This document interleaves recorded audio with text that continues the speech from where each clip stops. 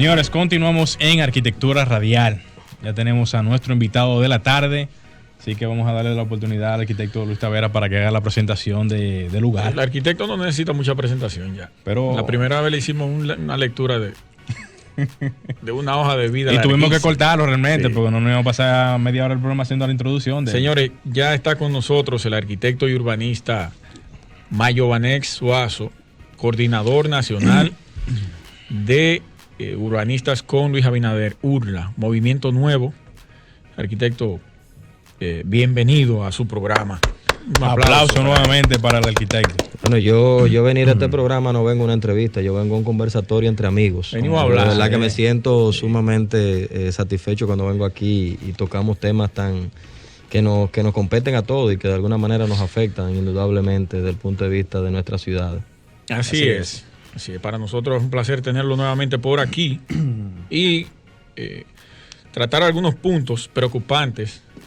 Como siempre, usted como experto en términos de ciudad y maneja muy bien esa área a nivel nacional e internacional, vamos a tratarlos hoy, pero vamos a comenzar primero por la parte del movimiento URLA. ¿Cómo le surgió la idea de este movimiento? ¿Por qué le surgió la necesidad de crear este movimiento? ¿Y para qué? Mira, desde hace muchos años yo vengo arrastrando la inquietud política. De alguna manera siempre hemos estado fuera del ámbito político, pero yo creo que es momento, viendo muchas de las cosas que vemos a diario en nuestro país, de los niveles de corrupción que hemos visto en los últimos años, de los niveles de descomposición social que hemos visto, por igual de la falta de integración de lo que son profesionales que manejamos algunos temas, que no nos vinculamos en la política muchas veces por miedo, por el qué dirán, y yo creo que es momento de que no sigamos viendo el juego desde las gradas. Yo creo que es momento de que nosotros bajemos al juego, al terreno de juego y realmente lo que somos críticos muchas veces también ser parte de la solución, porque no solamente criticar lo que está mal o bien, sino también hacer aportes a nuestra sociedad que tanto lo merita. Y por eso tomamos la decisión hace ya un tiempecito, a pesar de las inquietudes. Yo vengo de las filas del Ejército de la República Dominicana, donde renuncié. Solicité mi pensión. ¿Usted fue militar? Sí, yo fui capitán del ejército. Wow. Solicité mi pensión precisamente porque entendía que yo podía aportar más desde la vida civil y lógicamente del ámbito político para estar participando ya de manera directa. Y fue una decisión de verdad bien pensada y consensuada y de la cual no me arrepiento. Qué bueno. Y lógicamente de la experiencia vivida en el glorioso ejército dominicano.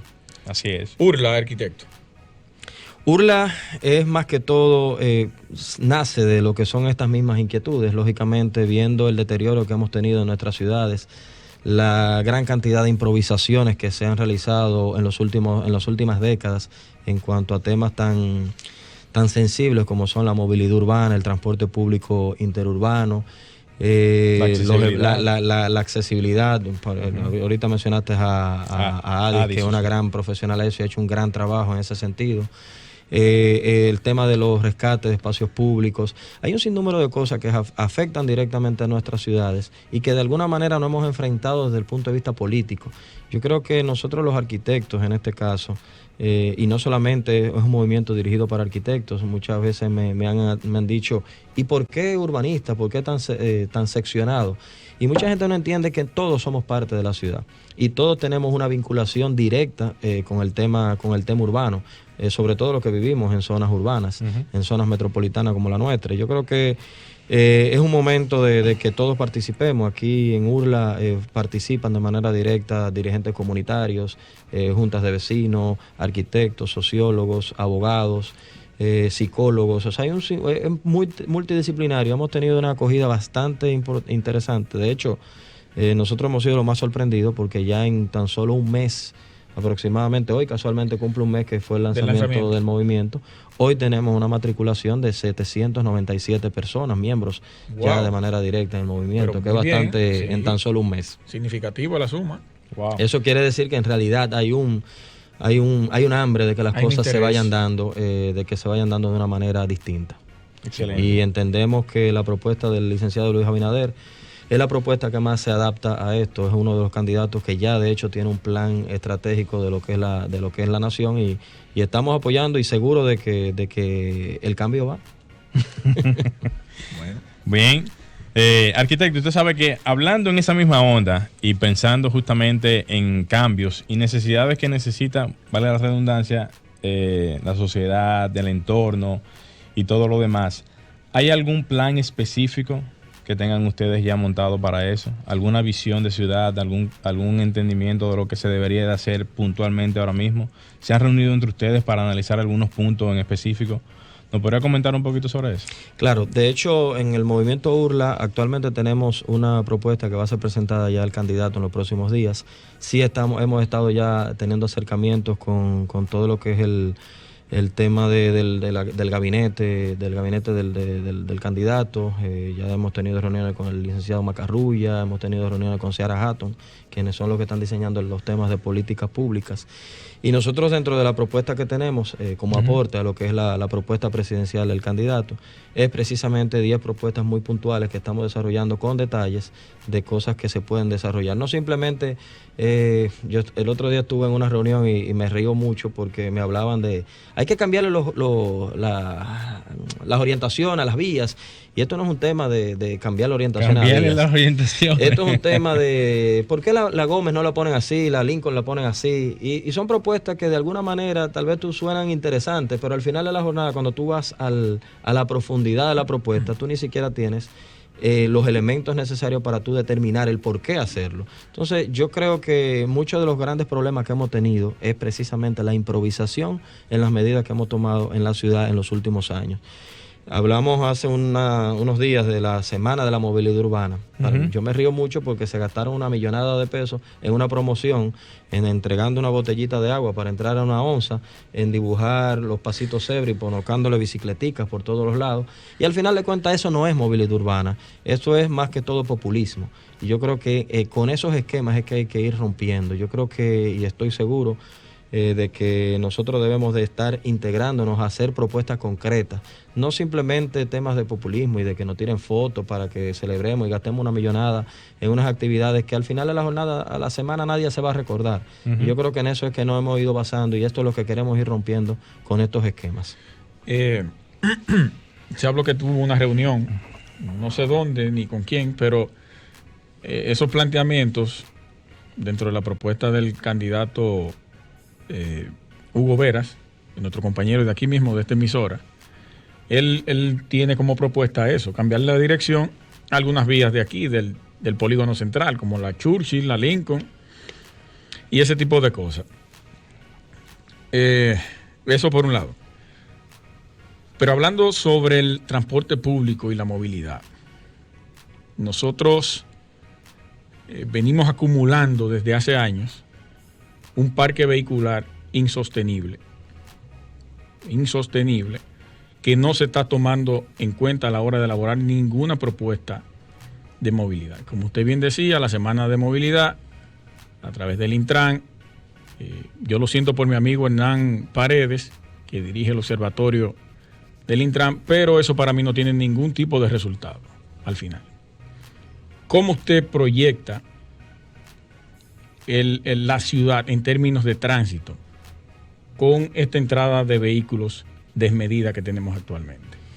Mira, por eso te hablaba de lo importante que tú conocer los flujos vehiculares. Por ejemplo, el gran problema que nosotros tenemos aquí es que tenemos 3,5 millones de vehículos circulando prácticamente en lo que es el Gran Santo Domingo, diariamente. Eso genera un sinnúmero de personas, no de vehículos, sino de personas. Estas personas se movilizan prácticamente en todo el territorio, la zona metropolitana del distrito, generando lógicamente un caos. ¿Qué ha pasado? El parque vehicular, hay que entender cómo ha ido creciendo. El parque vehicular ha ido creciendo en los últimos 20 años en cerca de un 259%. O sea, los vehículos que habían en el año 2000, hoy en día, casi 20 años, en 2019, estamos hablando que son 252% más de los que había. Esto ha generado una gran situación y cada día acrecentándose, y sobre todo ahora con estos... no vale la pena mencionar los Hyundai, los Sonata y los Kia. Esto es importante de que se empiece a enfocar por dónde viene. ¿Y por qué hablo siempre del tema de movilidad? Por ejemplo, nosotros tenemos uno de los índices, o el índice más alto de latinoamericano, de fallecimientos por accidentes de tránsito, con 29.1 muertes cada 100.000 habitantes en los últimos 10 años como promedio. Somos el más alto de América Latina y el segundo en el mundo. Dele para atrás a ese número. Bueno, nosotros tenemos 29.1 fallecimientos cada 100.000 habitantes producto de accidentes de tránsito. ¡Wow! Somos el primero en Latinoamérica, sí. Seguidos de Brasil, que tiene un 23.4, y de Colombia, que tiene un 21.5. O sea, estamos hablando de que nosotros estamos muy por encima del promedio latinoamericano y somos el segundo país del mundo. ¿Qué quiere decir? Colombia ha mejorado mucho su sistema. Sí, bastante. De hecho, uno de los grandes problemas, y es ahí donde voy, al manejo de las estadísticas, al manejo de la información. Arquitecto, perdón, vamos a tomar esta llamada, escúchame la interrupción. Buenas tardes. Buenas tardes. La Torife se construyó el 31 de marzo de 1889. Excelente. Vamos a darle un aplauso. Se acaba de ganar una media beca esa joven. Excelente. ¿Cuál es tu nombre? Y perdón, Luis, ¿cuál es tu nombre y de dónde tú nos llamas, por favor? Michael Alexander Torres. Michael, perdón. Michael Alexander Torres. Ok. ¿De dónde tú nos llamas, Michael? De Moca. ¿De Moca? Desde Moca. Wow. Qué bien. Gracias por la sintonía. Saludos a los mocanos. Michael, escríbenos, por favor, tu nombre completo, tus datos. Del WhatsApp. Lo puedes hacer. ¿Tienes con qué anotar ahora mismo? Sí. Ok, mira, anota este número, el 829 630. Espera. En vivo. Perfecto. ¿Me avisas entonces? Se ve que es jovencito el muchacho. Sí, jovencito, de Moca, qué bien. ¿Ya tienes con qué anotar? Michael. ¿Aló? Soltó el teléfono y se fue a buscar el lapicero, parece. Mi mamá lo está anotando, yo tengo una vaina. Ya. Sí, mi mamá lo está anotando. Dale. Ah, perfecto, mira. 829 Ajá. 630 Ajá. 8811. 1811. Ya. Ah, pues está bien, listo. Escríbenos por ahí, por favor, para que nos mande toda tu información, ¿de acuerdo? Ok. Gracias y felicidades. Gracias por la sintonía. Ok, bueno. Señores, continuamos en Arquitectura Radial. Teníamos antes de la llamada un tema que tenía justamente el arquitecto y sería bueno, por favor, darle culminación a esa parte para poder continuar con la entrevista. Sí, mira, te decía con el tema del promedio que nosotros tenemos latinoamericano y lógicamente segundo a nivel mundial de 29.1 fallecimientos cada 100.000 habitantes. Esto es uno de los grandes problemas y ahí es donde empieza la importancia de manejar las estadísticas, manejar los datos.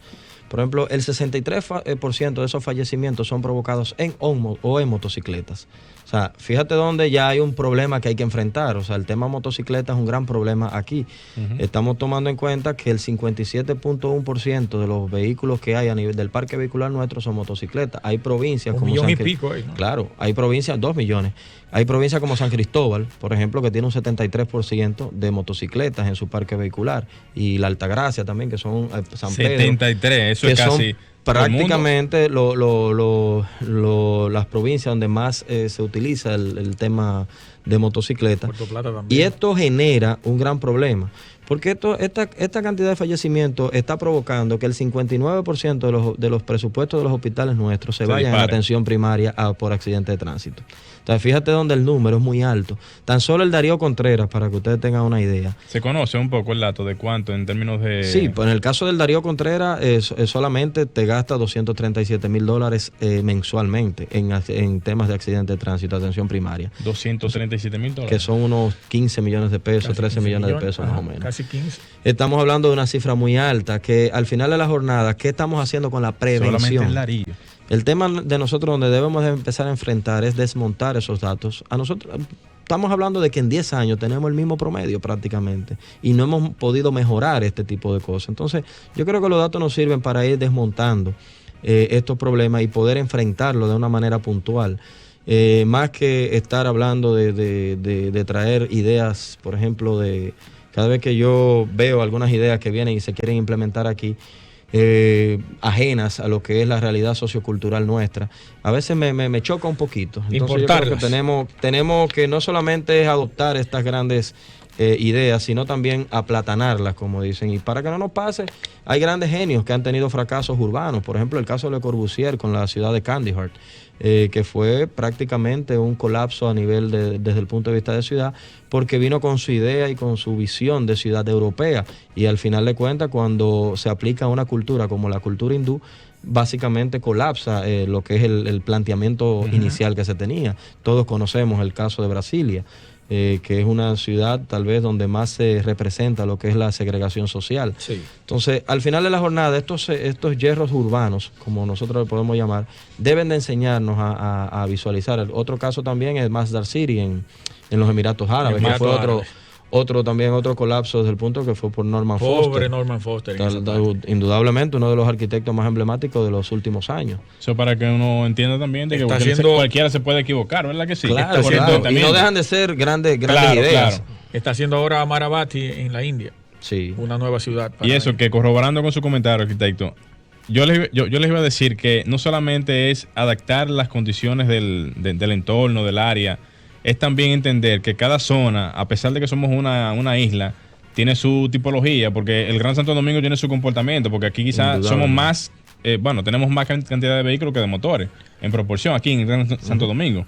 Pero San Cristóbal, en otras latitudes, Santiago, tiene un comportamiento diferente. Entonces sería como mini adaptar cada realidad a su entorno y a su espacio, ¿verdad? Porque eso se trata. Precisamente una de las propuestas de URLA es un plan territorial de movilidad urbana. Aquí a veces se hacen planes nacionales de movilidad urbana y de repente el problema de Elías Piña no es el mismo problema del distrito. Y eso pasa no solamente en temas de urbanismo, por ejemplo el caso del dengue. Un plan nacional le combate contra el dengue. A lo mejor el dengue está afectando bastante en La Romana, pero de repente en Jimaní no está afectando. O sea, hay cosas muy puntuales que hay que también manejar desde el punto de vista territorial, y es por esto la importancia de que se termine de aprobar y de promover lo que es la ley de ordenamiento territorial, en la medida que nosotros podamos fortalecer esta, con sus luces y sus sombras. Pero es importante que esto se mantenga y se haga. ¿Por qué digo esto? Nosotros estamos basando el tema de urbanización ornato en la ley 675-44 del año de 1944. Sí. Estamos hablando que en ese año la ciudad de Santo Domingo tenía 250,000 habitantes. Hoy en día solamente Santo Domingo. Hoy en día lo que es el Gran Santo Domingo, el Distrito Nacional, y por qué no también San Cristóbal, porque ya ese proceso de conurbación ha ido prácticamente arropando el territorio. Estamos hablando de una población de 4.300.000 habitantes. O sea, las condiciones dadas con una ley que en su momento fue una ley muy moderna y con una visión de 50 años, hoy en día ya prácticamente ha ido colapsando. Y ni siquiera tenemos una ley de ordenamiento territorial que nos permita definir los suelos y los usos de suelo, la titulación y estos grandes problemas que tenemos ahora con los peregrinos estos temas serían prácticamente irían desapareciendo poco a poco en la medida, y además reactivaría la economía, porque en la medida que tú vayas teniendo la oportunidad de titular algunos inmuebles de esto, también dinamiza la economía, porque ya tú tienes acceso a un crédito público y privado. Miren por qué mi afán con el asunto de que participen los actores del sector construcción en la política. La ley de ordenamiento territorial, ¿qué tiempo tiene estancada en el Congreso? Mira, como 15 años más o menos. La ley tiene gravitando lo que es el Congreso en estudios aproximadamente 19 años. Pero fue depositada ya de manera puntual en el año 2007, si mal no recuerdo. Pero que eso no debería estar pasando. Pero estamos hablando de que ya de Latinoamérica ya hay 19 países que tienen una ley de ordenamiento territorial en funcionamiento y en ejecución. O sea, arquitecto, ¿qué podríamos tener a nivel de ventajas o beneficios con una ley vamos a decir de territorio actualizada? Porque quizá uno dice, necesitamos una ley actualizada y todo lo demás, pero puntualmente, ¿qué pudiéramos obtener de esa ley? Aplicándola y teniéndola ya ahora mismo en uso, porque no es lo mismo, por ejemplo, necesitamos una ley para poder implementar algunas cosas, y quizás la que está ahora mismo, que no permite otras, ¿verdad? Cubrir otras áreas, no da abasto a quizás, por ejemplo, enfrentar algunos problemas que se tienen ahora mismo a la mano. ¿Qué podríamos tener, por ejemplo, quizás de solución con una ley ahora mismo actualizada? Mira, uno de los grandes problemas que que no tenemos, por ejemplo, esta ley, es precisamente el relajo desde el punto de vista municipal que existen en muchas salas capitulares de estar aprobando de manera ligera lo que son los cambios de usos de suelo. Yo siempre he dicho y fomento y sustento de que nosotros debemos de luchar porque los departamentos técnicos manejen lo que son las aprobaciones de uso de suelo. Y eso entraría en contradicción con muchos amigos y compañeros regidores que tengo, pero al final de la jornada el equipo técnico, en este caso las direcciones de planeamiento urbano, son quienes están diseñadas y preparadas para determinar la tipología de suelo y cómo ir expandiendo estos suelos. Nosotros hemos tenido, sobre todo en el Cibao, un gran relajo con esos temas, de ir aprobando zonas que originalmente eran zonas prácticamente de vocación agrícola y de uso de suelo netamente agrícola, y lo convertimos por un tema de intereses personales y particulares en zonas urbanizables. Entonces esto ha ido degradando lo que es las zonas rurales en un país donde tenemos cerca de un 80% de población urbana. Estamos hablando de que solamente el 20% de nuestra población vive en las zonas rurales y debemos de ir fortaleciendo y enfocando nuestras políticas a lo que sería la nueva ruralidad, que son ya hoy el día el campo de los años 20, que era un campo artesanal completamente, ya hoy en día es un campo que tiene tecnologías aplicadas, ya cualquier campesino te anda con un celular, ya cualquier campesino te anda con una tablet, con un proceso ya completamente diferente. Entonces, yo creo que en esta medida completamente debemos de ir fortaleciendo y garantizando lo que es no solamente las zonas rurales, sino también las zonas protegidas, las áreas protegidas. Es importante que este tipo de cosas se den, sobre todo, como te hablaba ahorita también, el tema de la titulación. La regularización del tema de la titulación te va a permitir incluso hasta reactivar la economía. Porque, por ejemplo, te voy a poner un ejemplo práctico. Hay un plan muy arduo ahora. No solamente la titulación, también la aprobación de los proyectos, que hoy en día eso es un tema, eso es una pérdida de tiempo. Estamos hablando de también ese otro tema, la aprobación de los proyectos. Nos quedan 2 minutos. Y la clasificación de esto. Luis, a propósito, ¿tú quieres hacer una pregunta? Porque yo le voy a preguntar al Usted está jodón, usted va a tener que invitarme otra vez. Vamos a tener que traerlo de nuevo. Había una pregunta que siempre se hacía aquí con relación al crecimiento vertical. Brevemente, porque hay otra también. ¿Hay otra también? Sí. Arquitecto, ¿qué usted prefiere? O no que prefiere, ¿qué usted considera? ¿Crecer verticalmente en la ciudad o horizontalmente con la finalidad de expandir más la ciudad? Brevemente. Es que ya una ciudad como el Distrito es una ciudad compacta que necesariamente debe de tener un crecimiento vertical siempre y cuando se cumplan con los requerimientos. Con las normas también. Y las normas sobre todo de infraestructura. De eso se trata. Bien.